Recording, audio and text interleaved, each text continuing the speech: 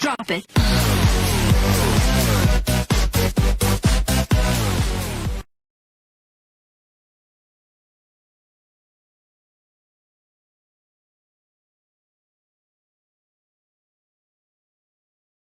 Drop it.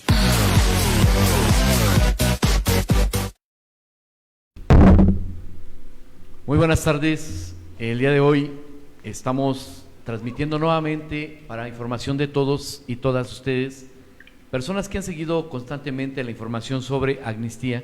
Hoy Amnistía MX, y la parte más importante, qué ha ocurrido durante esta semana, en qué concluyó la semana anterior. Bueno, pues una información muy nutrida es la que vamos a tener a través de este programa. La Amnistía MX es una página que va a englobar en todo su contexto un proceso muy alto que se está llevando a cabo por diversos actores. Estos actores buscan como mayor objetivo el que se reconozca la no criminalización de la pobreza, de los jóvenes, en muchas de las veces jóvenes que por la situación de la pandemia ahora ya muy considerada, pues carecen de empleo, no están estudiando, pero tienen libertades como cualquier ser humano y que constantemente son asediados por diversas policías para efectos de justificar que se está llevando a cabo la prevención de un delito o que se está atacando el delito en sí. Esta labor que se está efectuando por diversos actores pues lleva como parte más fuerte lo que hoy todos conocen y muchos nunca quisieron tocar el tema. Esas personas que están en un penal, en una cárcel, esas personas que teóricamente se habla, teóricamente, porque la ley no está para eso, pero teóricamente se habla que están ahí por ser pobres y por no tener quien los haya ayudado o por su misma carencia de preparación académica. A ellos es a la parte más importante que se le ha dedicado el mayor tiempo para que llegáramos a un objetivo que era una amnistía. Este objetivo se planteó desde el año 2020 en manera federal a través de la participación del presidente de la República, Andrés Manuel López Obrador, en donde planteaba una posición para efectos de la situación que estaba, pues, él recibió el país, que estaba viviendo el país con una guerra que no existía, pero que esa guerra había derivado en muchas situaciones de incrementar la criminalidad en México.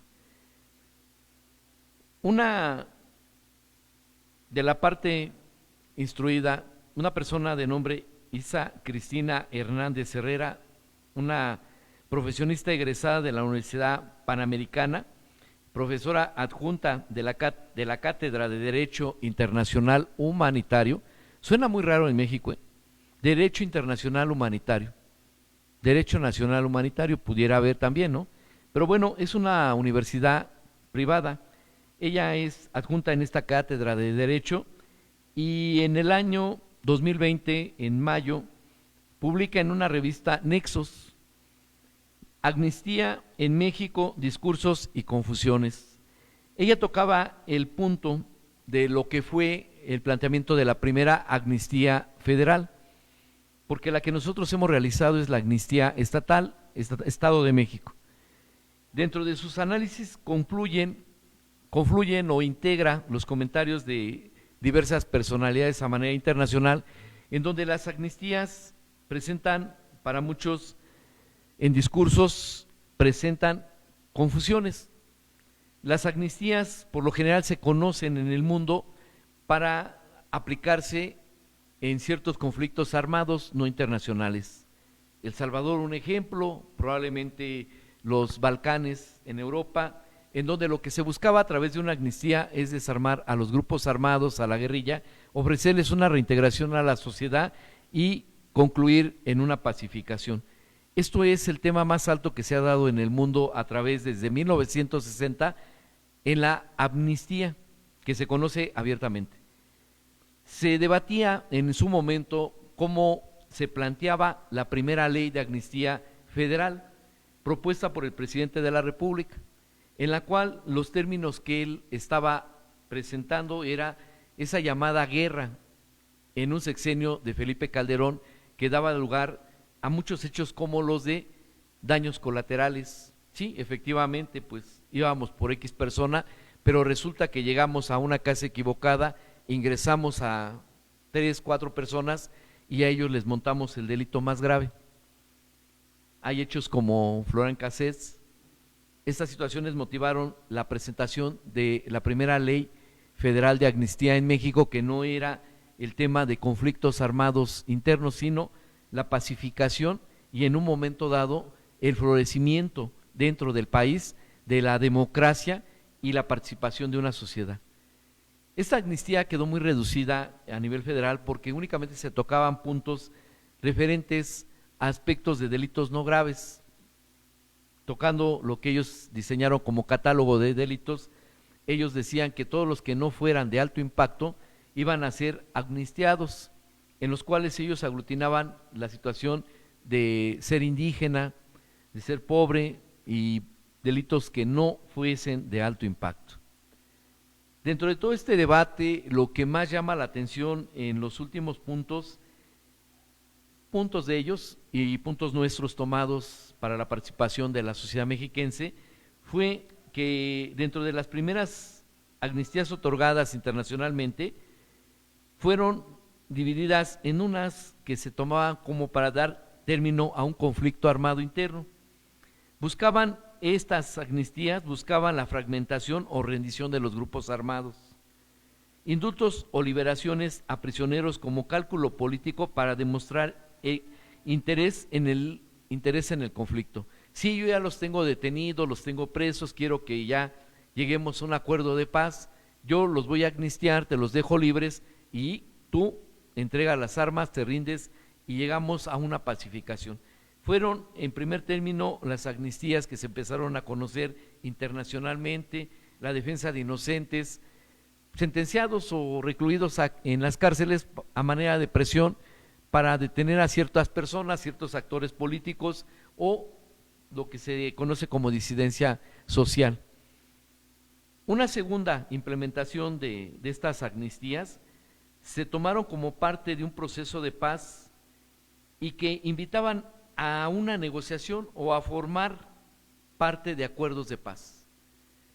Si dejas de estar, ejemplo, México, Ejército Zapatista de Liberación Nacional, si dejas de estar aglutinado en unas siglas y formas parte de una entidad federativa como el Estado de Chiapas dentro de un proceso de ciudadanización pacificada, te otorgo en todos los sentidos el desconocimiento de cualquier sentencia que se te pudiera otorgar penalmente por un delito.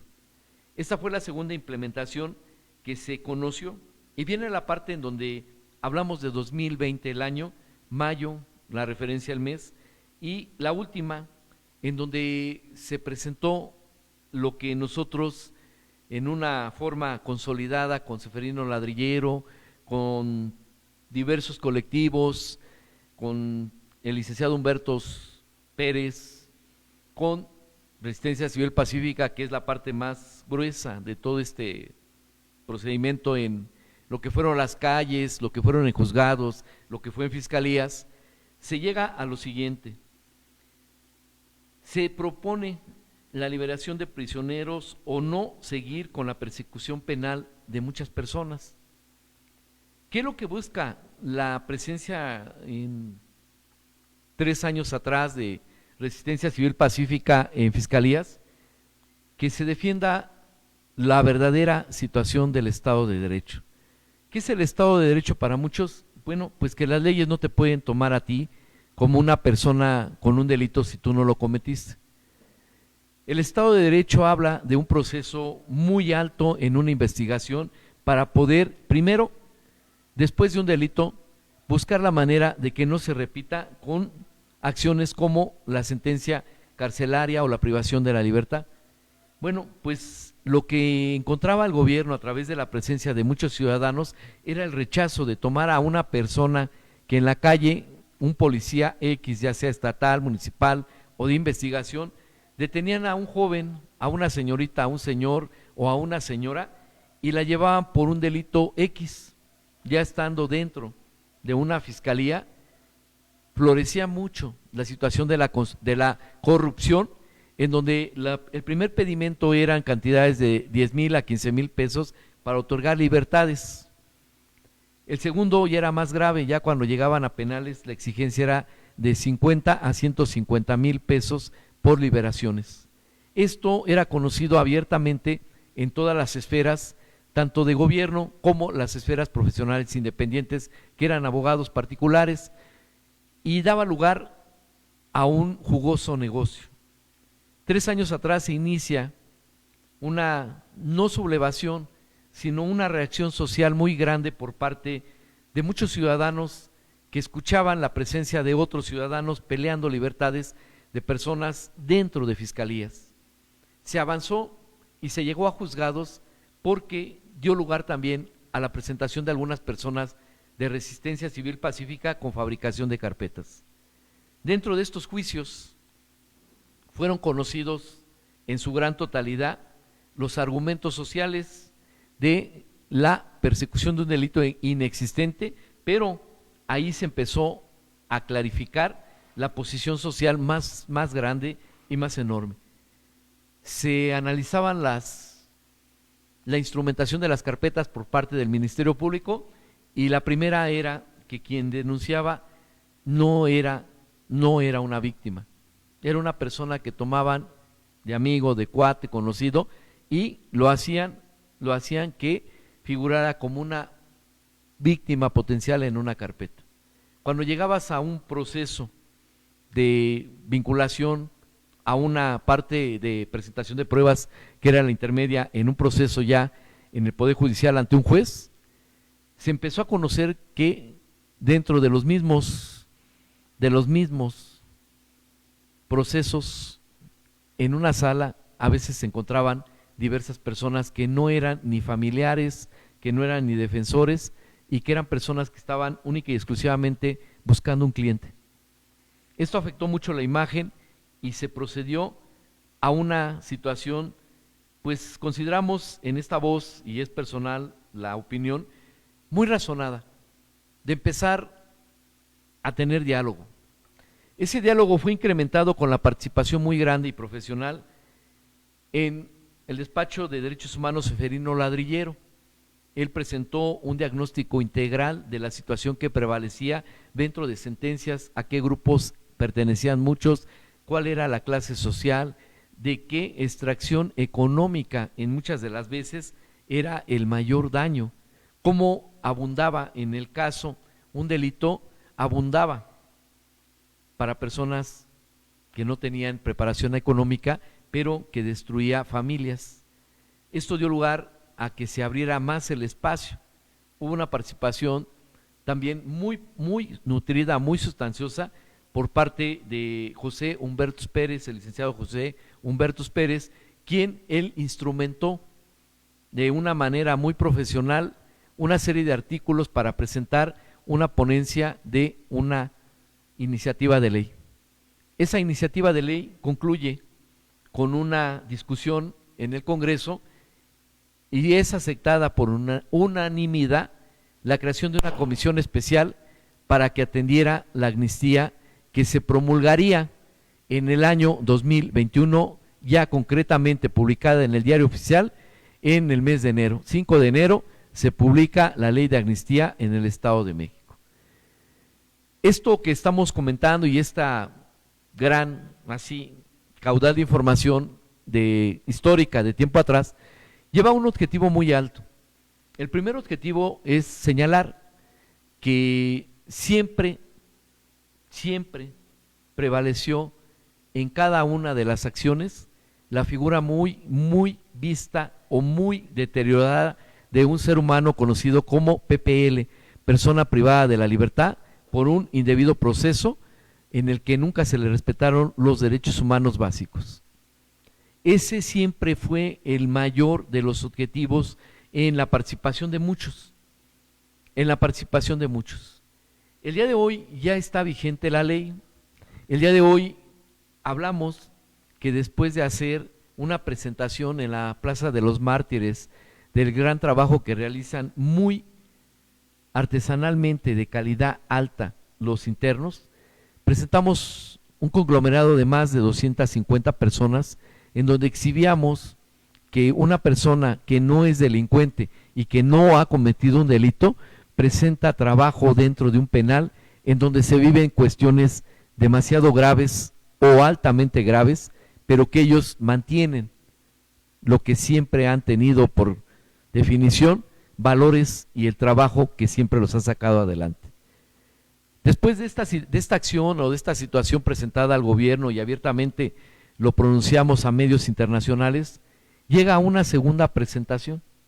Esa segunda presentación es llegar al Poder Judicial y ofertar, es entregar por parte de muchas madres, muchas abuelitas y muchas hermanas o hijas el cabello al Poder Judicial, para decirle que después de esa ley ellos entregaban hasta el cabello, lo más prestigiado y valuado en una mujer, a cambio de que ya le reconocieran su derecho a la libertad a muchos inocentes o a sus familiares. Esa fue una segunda etapa en donde el grupo se empezó a incrementar a un número mayor, a 300 personas.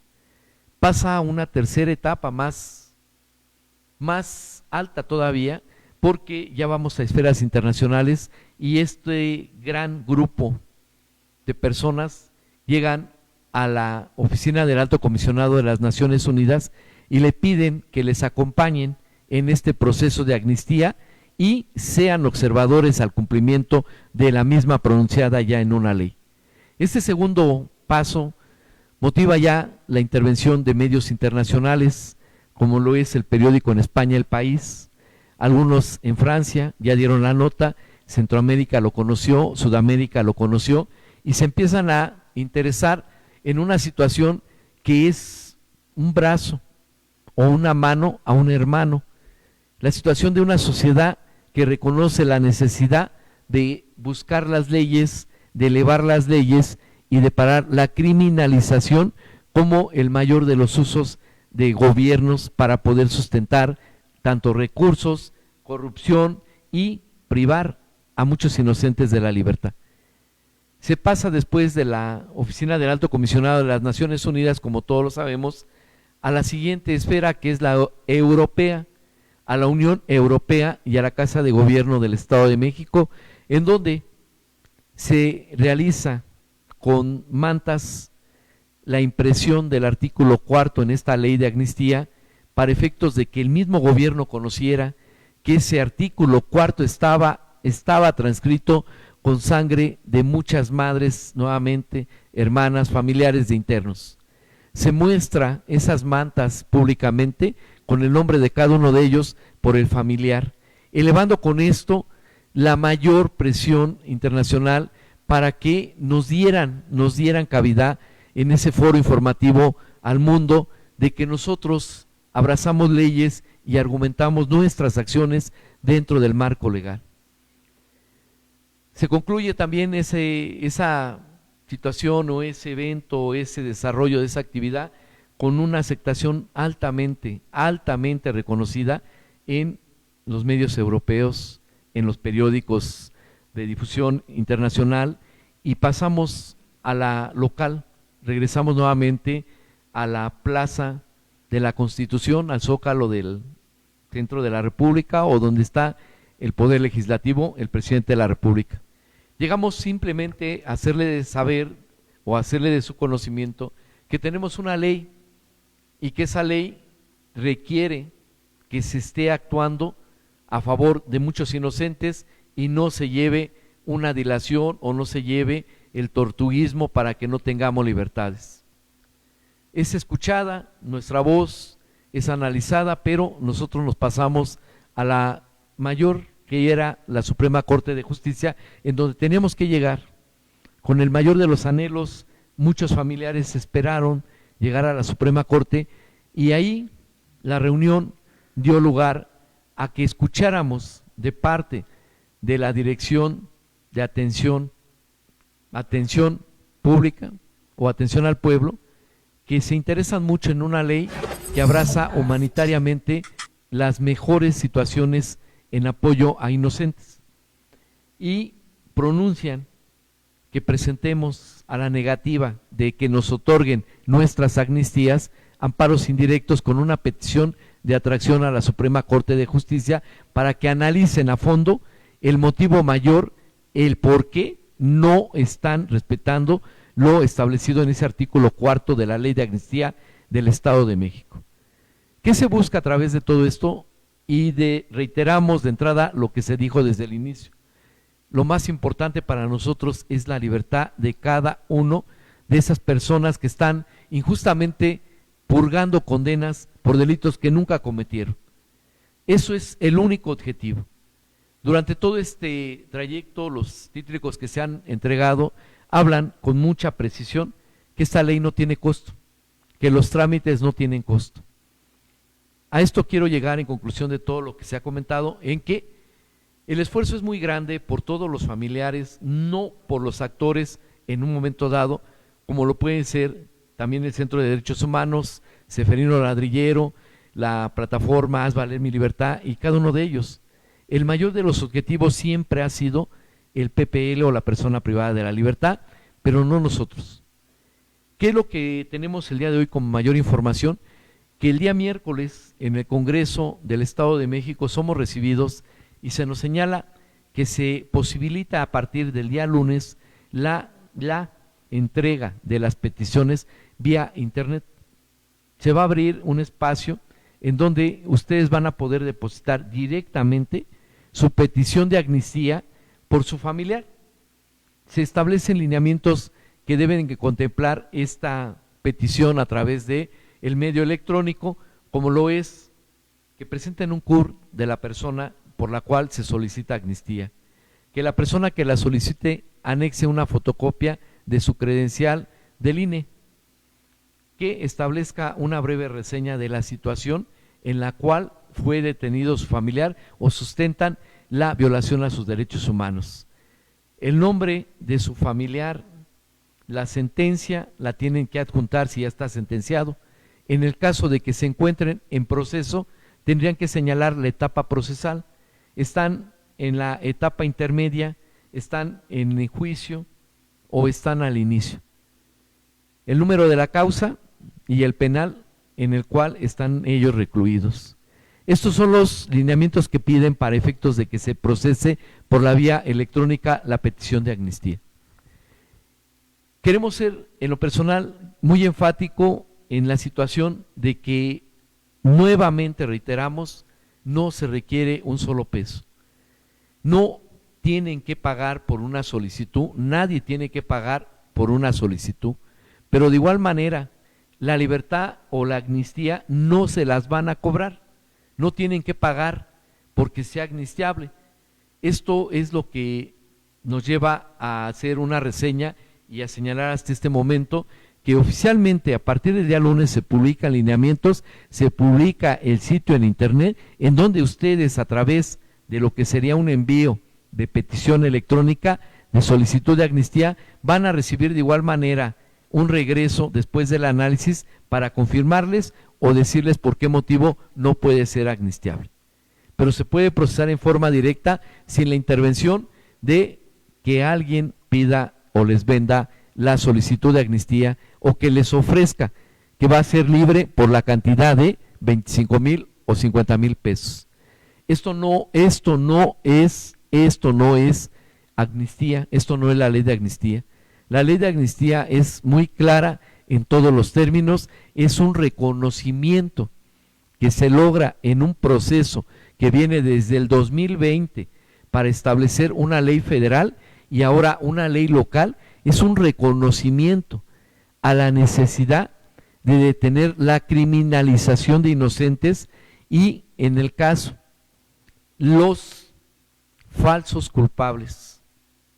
Estamos en una situación de un reconocimiento, tanto del Estado con el pueblo o la sociedad, en que las leyes deben de ser altamente respetadas por las dos vías.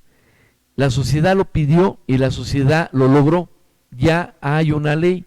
Esa ley no está habilitada para criminales. Esa ley no va a abrir la puerta a grupos de delincuencia organizada porque tiene también una revisión y un análisis de la petición. No es para este tipo de delitos que ustedes comenten, es que van a salir delincuentes en potencia, no. Son para las personas que están privadas de la libertad y que nunca cometieron un delito. Se requieren estos lineamientos, se establecen más formalmente a través de un sitio, van a poderlos ingresar en forma directa y van a ustedes hacer un gran favor a la sociedad, que no tengan que entregar un peso porque les den una solicitud o que les pidan X cantidad porque va a salir libre. No está habilitado el cobro y si alguien cobra, tendría que ser con la aclaración total de parte de él y por escrito que esta ley no es la que le está generando el costo, que le está generando el costo el servicio probablemente de un profesionista, de un abogado, y son sus honorarios. Que establezca con claridad que son sus honorarios y que no es venderles la amnistía ni la solicitud.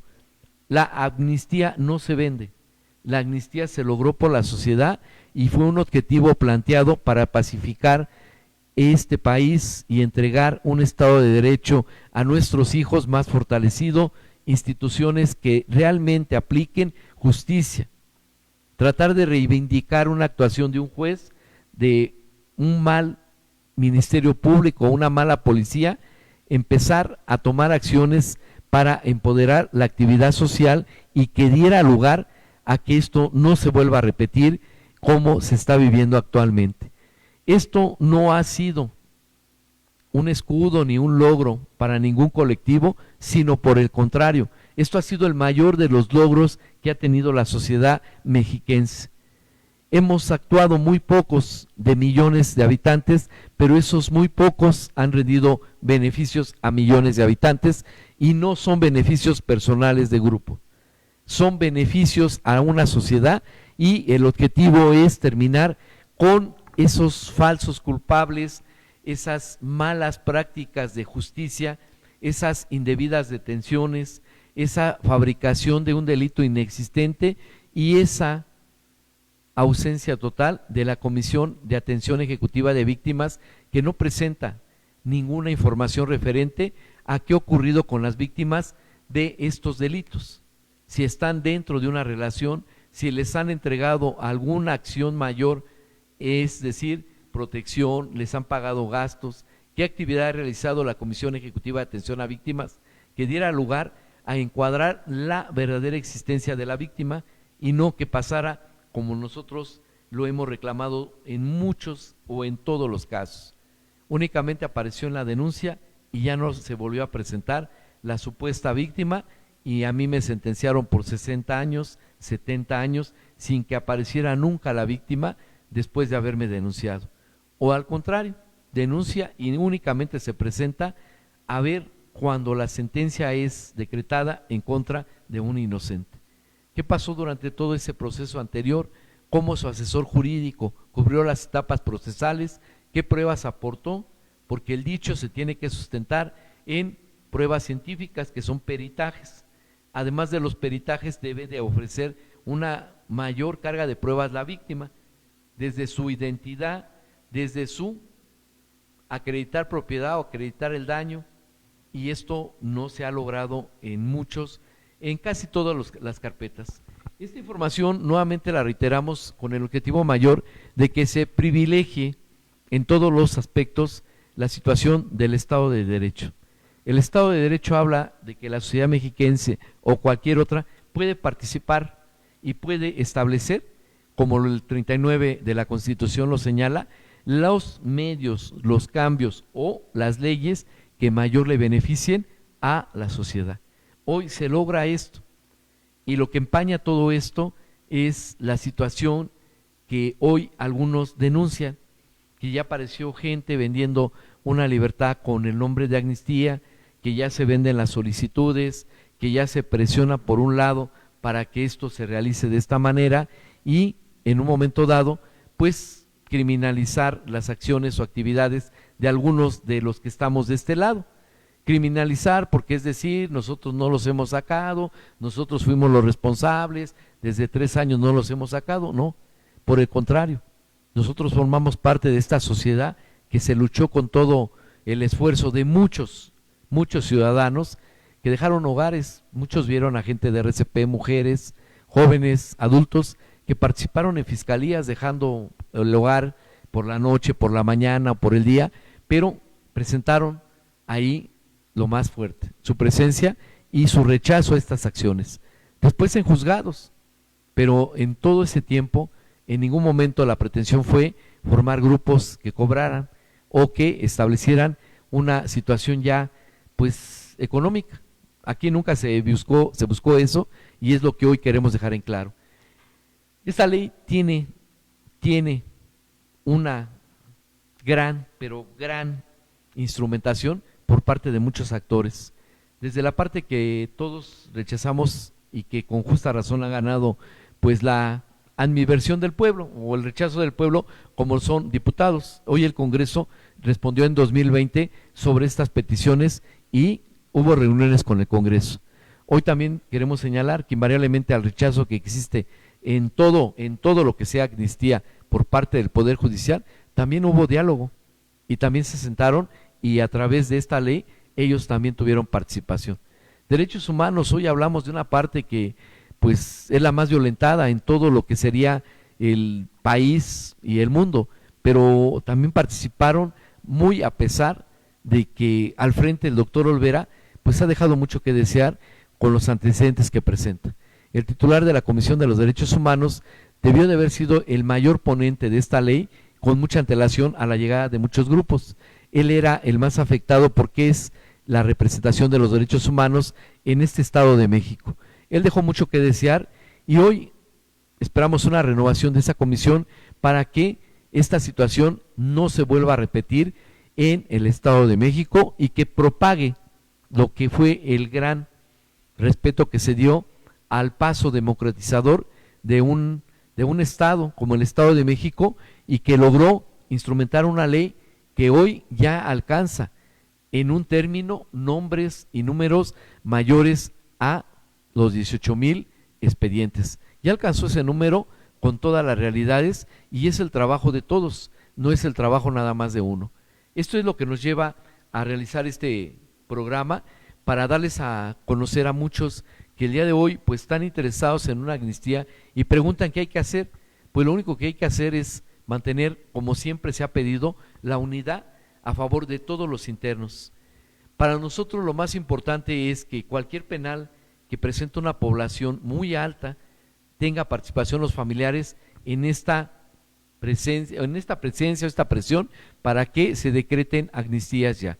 Si necesitamos su presencia, no se está cobrando nada, pero es muy importante que si son 2,000 internos, mínimo estén 1,000 familiares. Sabemos que es imposible porque no serían 1,000 inocentes, pudiéramos decirlo así, ¿no? Pero sabemos que del 100%, entre un 80-85% presentan argumentos que pueden ofrecerles una libertad a través de la amnistía. Han sido violentados sus derechos, no se ha combatido como debería de ser el delito, sino se ha combatido al pueblo y se ha criminalizado a muchos inocentes. Esta es la parte que queremos dejar en claro, nuevamente reitero, de esta transmisión, en donde los alcances, ustedes ya los escucharon, la Suprema Corte de Justicia ya tiene también una participación y una espera a sus peticiones para que ellos también determinen en su momento por qué motivo se nos niegan en la entidad, o por qué motivo el Poder Judicial del Estado de México no ha dinamizado esta situación. Vamos a mandar muchos saludos a cada uno de esos internos, son los más importantes. Nuevamente los saludos son para ustedes y queremos también invitar nuevamente a todos aquellos que tienen una labor social, que formen parte de esta ley, que se integren con un familiar. No necesariamente es, nuevamente repito, no necesariamente es enmarcar la situación económica. Hoy lo más importante es que se haga uso de la petición de amnistía a través de este sitio de internet y que se empiecen a presentar peticiones. Arguméntenlas, fundamentenlas como ya todos lo conocen, con pruebas. Fue detenido arbitrariamente, no fue en el lugar de los hechos, no apareció la supuesta víctima, no acreditó la propiedad, los policías no concuerdan sus identificaciones con las firmas, el informe policial homologado resulta que no lo firmaron. Tenemos al final en audiencias cómo es que frente al mismo juez se asesora a quien va como testigo y hay evidencia a través de los videos. Todo eso forma parte de su argumento para que sea atendida su solicitud de amnistía. Invitamos a todos esos grupos de profesionistas a que se sumen a una labor social. El campo está abierto, el campo lo vamos a tratar de ampliar a todas las entidades, y el trabajo profesional, pues sé que tiene que ser remunerativo, pero tendría que ser en una segunda etapa. La primordial y la primera es la libertad de los que ya en su momento participaron para que se decretara esta ley, y es lo que estamos viviendo el día de hoy. Y de ahí en fuera ya tendrían ustedes, como las jurisprudencias, tendrían a la mano una herramienta para poder ser utilizada en las actividades profesionales que ustedes realicen con la remuneración correspondiente. Pero tenemos que ser muy, pero muy claros en este momento. Ya los lineamientos nuevamente nos los están aportando a través de un sitio en internet, ya nos dicen qué quieren y en base a eso hay que actuar. En cabina queremos comentarios, no tenemos comentarios todavía. Pues bueno, vamos a reiterar, estamos atendiendo las solicitudes de las personas que han iniciado desde hace 3 años, un poquito más, pues con muchos de nosotros en Resistencia, su presencia y la presentación de sus carpetas. Tenemos muchas carpetas que están siendo presentadas y tienen todo esto. Quiero hacer un espacio muy pequeño en una parte que me importa mucho, a mí me importa mucho para que ustedes la conozcan, que voy a atravesar en una situación muy difícil en unos días más adelante por algo que me están fabricando. Esta parte no va a incidir nunca, nunca en el proceso que estamos llevando para la presentación de las solicitudes. Esto únicamente lo transfiero porque voy a requerir en muchos de los casos que antes de que se dé un comentario se tome en cuenta lo que yo he aportado y he presentado. No sé los alcances que vaya a tener esta situación en mi contra, pero ya también estoy instrumentado para una acción mayor a manera de retirarme de esta lucha. La lucha va a ser siempre, y la lucha probablemente hoy les ha molestado mucho porque está entregando resultados, y los resultados no está entregando dinero a nadie, y no va a haber dinero. El dinero se acabó desde que los tomaron presos, ya no hay dinero de los familiares y no podemos sacar más dinero. Pero esta situación que pudiera yo atravesar, la queremos dejar muy en claro para que no sea el motivo de desánimo en muchos, o no sea el motivo de una falsa situación de que no se va a continuar con las amnistías. Por el contrario, el día de hoy pues abundé en la información de que no necesariamente se tiene que creer que somos o soy el que pronuncie esto o somos los que descubrimos el hilo negro. No, esto tiene una trascendencia desde el 2020, en donde se inició con la ley federal la primera participación de la gente, como lo dicen los intelectuales, la gente de la academia, que empezaron a ahondar en lo que eran las amnistías, que empezaron a ofrecer en la parte de las amnistías una situación de confusión. Sí, ¿por qué amnistía en un caso que es penal y no en un caso de una situación de armada en un país? ¿Por qué tomar la figura? Bueno, la figura está desembocando hoy en mayores cauces, porque además de lo penal se está instrumentando para atender situaciones de la problemática nacional como lo es la crisis